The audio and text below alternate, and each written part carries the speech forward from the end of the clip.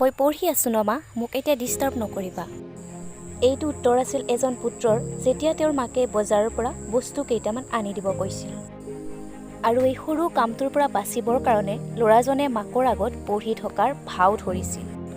কি লাজৰ কথা ন, যেতিয়া দিন ৰাতি একাকাৰ কৰি তোমাৰ মায়ে তোমাৰ কাৰণে সকলো কৰে। ঠাণ্ডা গৰম যেনেকুৱা বতৰেই নহওক তোমাৰ প্ৰতি তেওঁৰ দায়িত্ব সদায় পালন কৰে। তুমি তেওঁৰ সপোনৰ বিষয়া এজন হ'বও পাৰা বা নহ'বও পাৰা, কিন্তু তোমাৰ প্ৰতি তেওঁৰ কৰ্মই দেখায় যেন তুমি এজন ডাঙৰ অফিচাৰহে। স্কুল বা কলেজ যোৱাৰ সময়ত তোমাৰ প্ৰতিটো আবদাৰ তেওঁ শুনে। মা, মোৰ কাপোৰযোৰ ক'ত আছে? মোৰ বেগটো বিচাৰি দিয়া না মা। উফ, মোৰ জোতাযোৰ ক'ত আছে? কত যে কিমান আবদাৰ তোমাৰ। আৰু তোমাৰ মায়ে বিনা দ্বিধাই তোমাৰ প্ৰতিটো আবদাৰ শুনি যায়। আৰু যেতিয়া সেই মাজনীয়ে তোমাক সৰু কাম এটাও কৰিব দিয়ে, 1 ছেকেণ্ডো নলগাকৈ তোমাৰ পৰা উত্তৰটো আহে যে মা, মই পঢ়ি আছোঁ। যদি তোমাৰ সৎ সাহস আছে, কৈ দিয়া যে মা, মই তোমাৰ সেই সপোনৰ বিষয়াজন কেতিয়াও হ'বই নোৱাৰোঁ।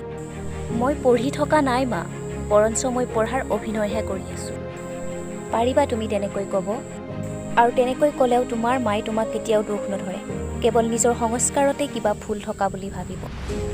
তোমাৰ পৰীক্ষা বছৰত হয়তো 2বাৰ হ'ব, কিন্তু তোমাৰ মাৰ পৰীক্ষা সদায় হ'ব। তোমাৰ মায়ে তোমাক ভোকত নাৰাখে বা কষ্ট নিদিয়ে, বৰঞ্চ তুমি কষ্ট পাবা বুলি তেওঁৰ সকলোখিনি ত্যাগ কৰি দিয়ে। সেয়েহে আজি এই ভালদৰে অনুভৱ কৰা যে তুমি কি কৰি আছা। বেলেগ নাভাবিলেও মাৰ সপোনটোৰ কথাই ভাবা। তোমাৰ লগত যেতিয়া তোমাৰ মা আছে, তুমি একো চিন্তা কৰিবই নালাগে। তুমি মাথো চেষ্টা কৰা, সকলো কৰিব পাৰিবা। যদি এই ভিডিঅ'টোৰ পৰা তুমি কিবা শিকিব পাৰিছা, তেতিয়াহ'লে চেনেলটো ছাবস্ক্ৰাইব কৰি দিবা আৰু ভিডিঅ'টো লাইক কৰিবা।